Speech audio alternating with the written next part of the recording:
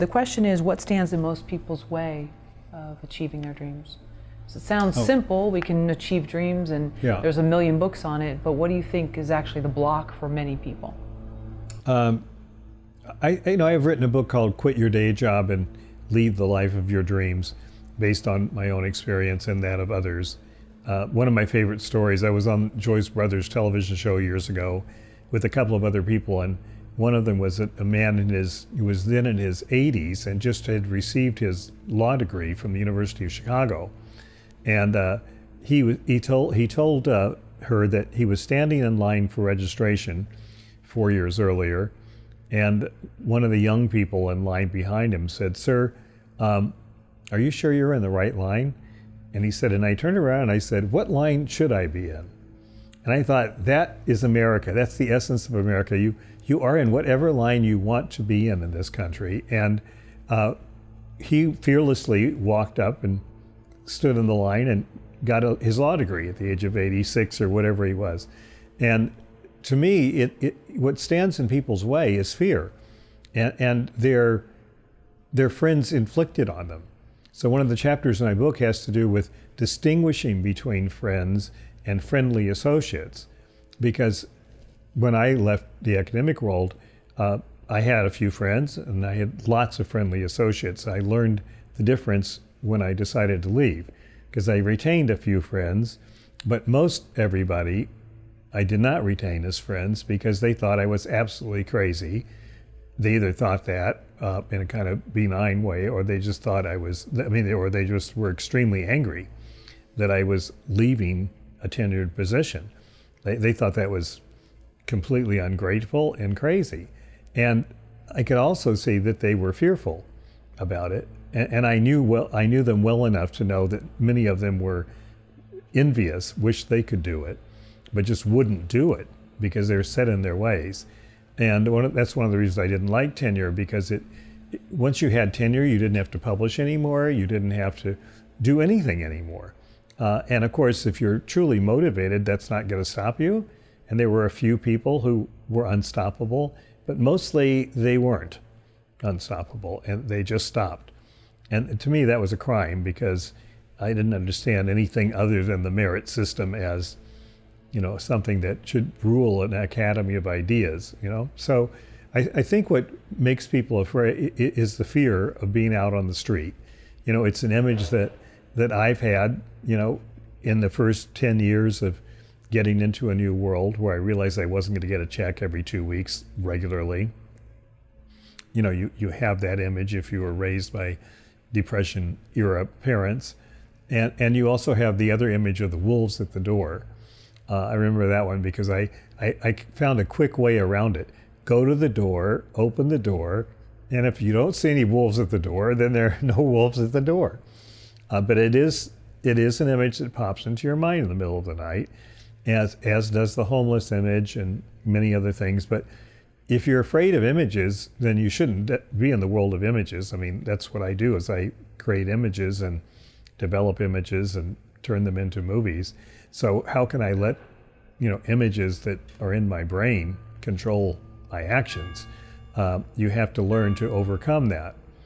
And so I think people have to clearly understand themselves and decide on who to listen to.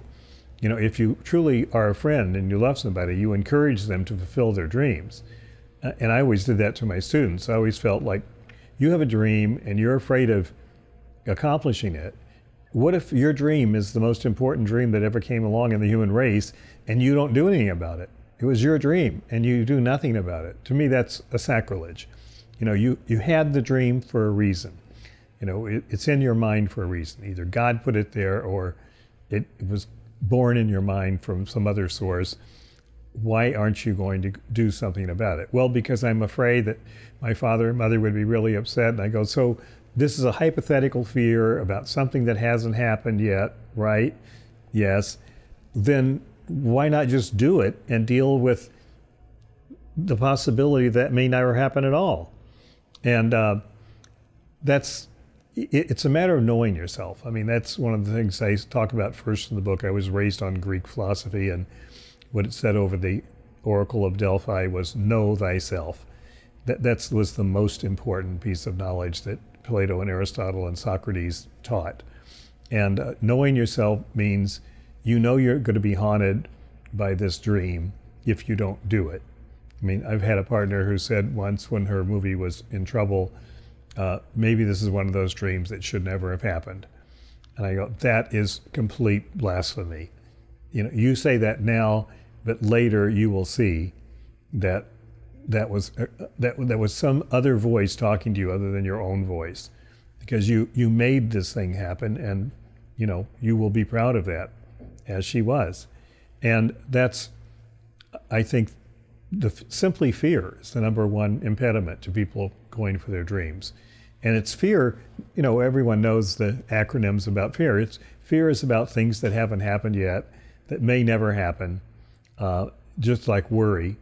And we all do it. We all have fears. We all have worries. But overcoming your fears is what, you know, valiant people do. It's what, you know, people that you would like to be like do. So why not do it yourself, and not have to live with the regret, which is the big monster equal to fear that you live with if you are sitting on that proverbial front porch in your rocking chair thinking about the dreams that you had and didn't do. I mean, to me, that's a terrible waste of life to have that happen.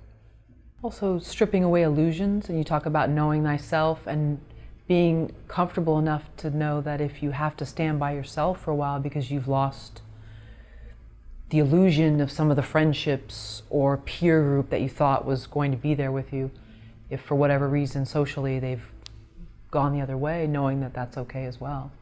Yeah, I mean, that's a very good point, because I think as you get older, you realize that you cannot govern your life by what other people think. And it's, you know, I live on the 11th floor and I look out over the millions of lights in Los Angeles, and it's a great comfort to think that there are, you know, a few lights out there that love me. You know, there are maybe fewer that hate me, but there are millions that have no idea that I exist. That's comfortable, and it's sort of the cosmic view of life. When you think about it, you're just one little tiny piece of a massive cosmos that is going about its massive mechanism on its own without any need for you to consult with it. And for you to be worried about what, you know, some other person somewhere else thinks about you is a complete waste of your energy in every way. Your job is to do what your dreams tell you to do, and to do it with all your might, the way the cosmos does. And what other people are saying and thinking and doing, first of all, because most of them are not spending any time thinking about you at all, could care less what you do or don't do. Most of them are thinking only about themselves. So that's a natural condition, and why should you be any different? You know, if you have a dream, just do it.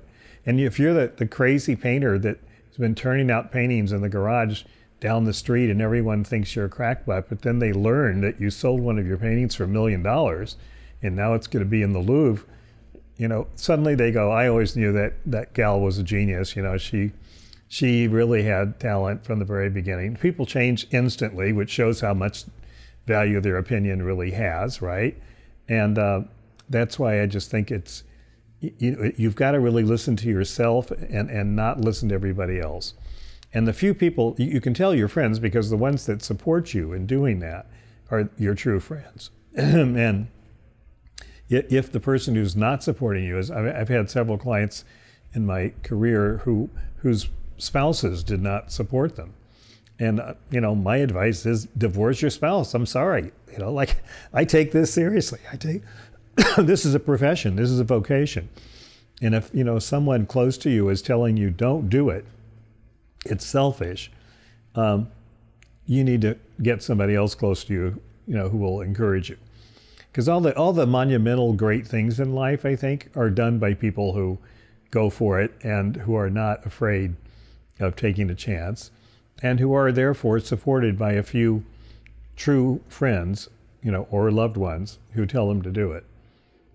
You know, it's many examples from my own life, but when I decided to leave the tenured position, my daughter was a junior at Columbia, and one thing that would be jeopardized would be her senior year at Columbia. And I brought her up to Montreal where I was shooting movies, and we had a long talk about it, offset. And she said, "Dad, you absolutely have to do this. You have to do it. Don't worry about that." And of course, that problem got solved and didn't end up being a problem, but it was a concern. But she had no concern for it. And that's how I know, who my true friends are. And that's how you would know too if you decide you want to do something. Listen carefully to what the people around you say. Because when people are telling you no, they're expressing their own fears. And some of it may be good-hearted. They're afraid that the things they fear may happen to you. But if you're willing to take the risk, don't let them influence you, because they're not taking the risk, unless they depend on you.